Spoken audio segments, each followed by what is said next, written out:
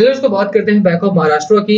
18 रुपए का स्टॉक है और वॉल्यूम के साथ-साथ कहीं न कहीं इसकी जो रैली है वो भी गायब देखने को मिलती है।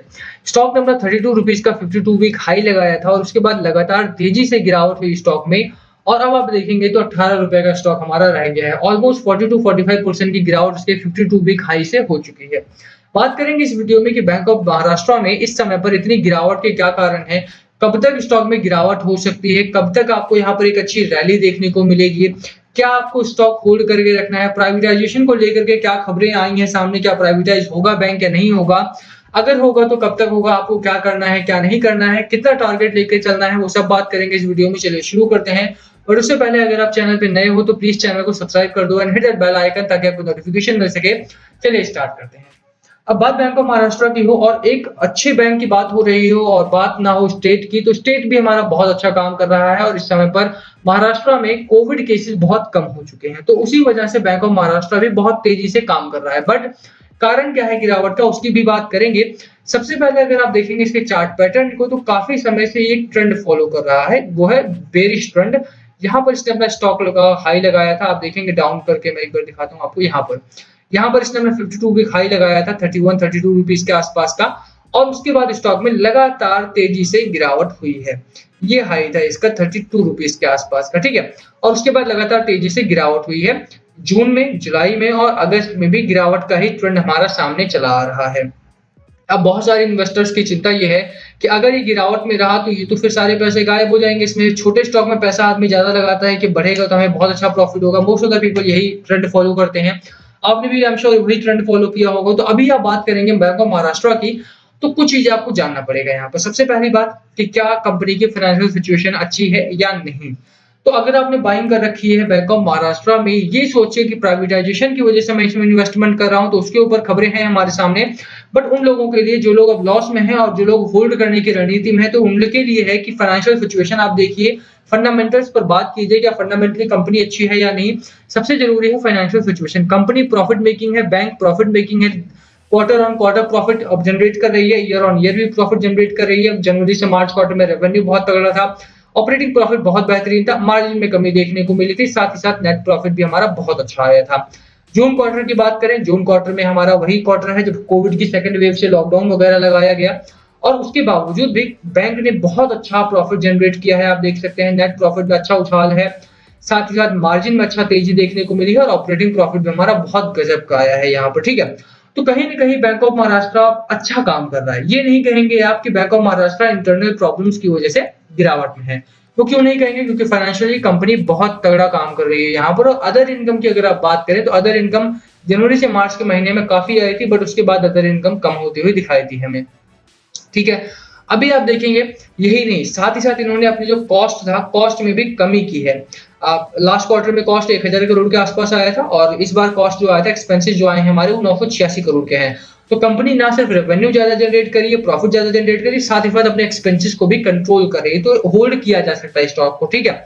दूसरा जो चीज है आपको देखना चाहिए वो ये है कि प्रमोटर्स की शेयर होल्डिंग बहुत ज्यादा है, तो बहुत ज्यादा गिरावट के चांसेस कम है। म्यूचुअल फंड ने अपनी शेयर होल्डिंग को थोड़ा स्लाइटली चेंज किया है और एफआईआई एफपीआई ने अपनी शेयर होल्डिंग को सामान्य रखा है, ठीक है। तो इसमें कोई बहुत बड़ी चीज नहीं है, बट हाँ यहाँ पर भी कोई बहुत बड़ा गिरावट नहीं देखने को मिलती है। इट मींस कि यहाँ पर बैंक में जो फंडामेंटल्स थे, चाहे वो आप बात करें इसके फाइनेंशियल सिचुएशन की, बैलेंस शीट की, डेट की, या कोई रेशियो हो, चाहे वो आरओई हो चाहे आरओए हो, वहां पर कंपनी अच्छा परफॉर्म करे। यही बड़ा कारण है कि म्यूचुअल फंड हो गए या एफआईआई एफपीआई हो गए, उन्होंने अपनी शेयर होल्डिंग को रिड्यूस नहीं किया है। ये तो हुई कि आपको होल्ड करना चाहिए स्टॉक को, क्योंकि इसके फंडामेंटल्स बहुत अच्छे हैं।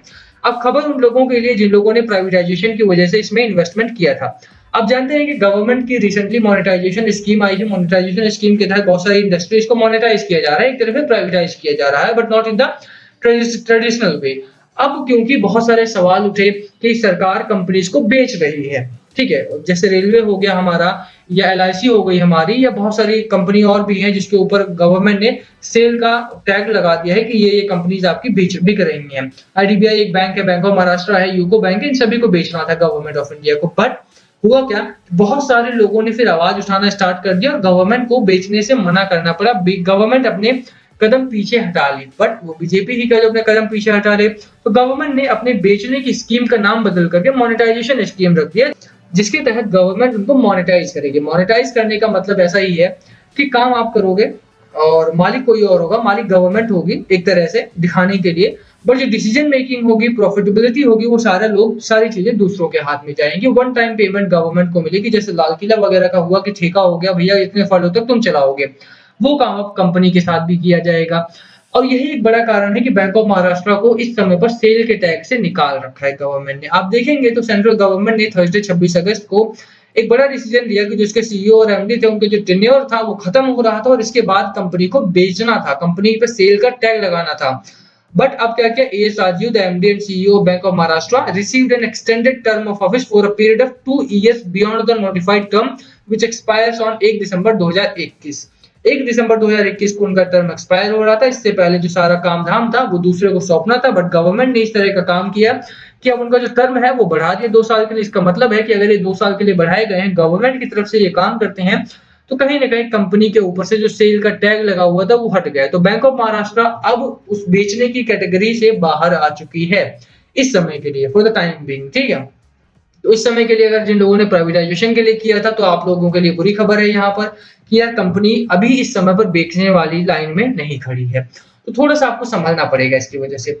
अब कुछ और खबरें हैं हमारे सामने। अफगानिस्तान तालिबान क्राइसिस है, ये बहुत प्रॉब्लम क्रिएट करने वाला है। जो बाइडेन साहब की वार्निंग है और उसकी वजह से अगर युद्ध वगैरह की सिचुएशन बनती है तो कहीं ना कहीं आपको फिर मार्केट में गिरावट और बैंकिंग सिस्टम में गिरावट देखने को मिलेगी। दूसरी खबर है जेरोम पावेल साहब की स्पीच जो कल हुई थी, बहुत पॉजिटिव स्पीच थी और उसका जो असर रहा नैस्डैक मोर देन 1% ग्रोथ में दिखाई दिया हमें। और बाकी स्टॉक्स वहां पर अगर आप बात करें तो 8% 10% डबल डिजिट ग्रोथ वहां पर कल के दिन में नैस्डैक स्टॉक्स में देखने को मिली है।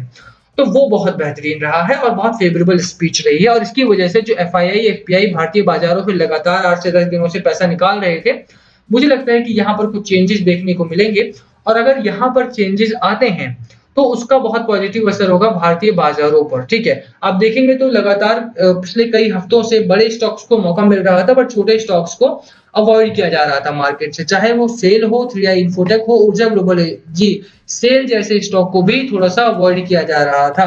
बंधन बैंक हो गया, महाराष्ट्र बैंक हो गया, IDBI हो गया, पंजाब नेशनल बैंक हो गया, बैंक ऑफ बड़ौदा हो गया, IDFC फर्स्ट बैंक हो गया, आलोक इंडस्ट्रीज, सुजलॉन, नाल्को, बहुत सारे स्टॉक्स को मार्केट की इस लिस्ट से बाहर रखा गया था। बाहर रखा गया था इन द सेंस कि वॉल्यूम उनमें नहीं आ रहा था।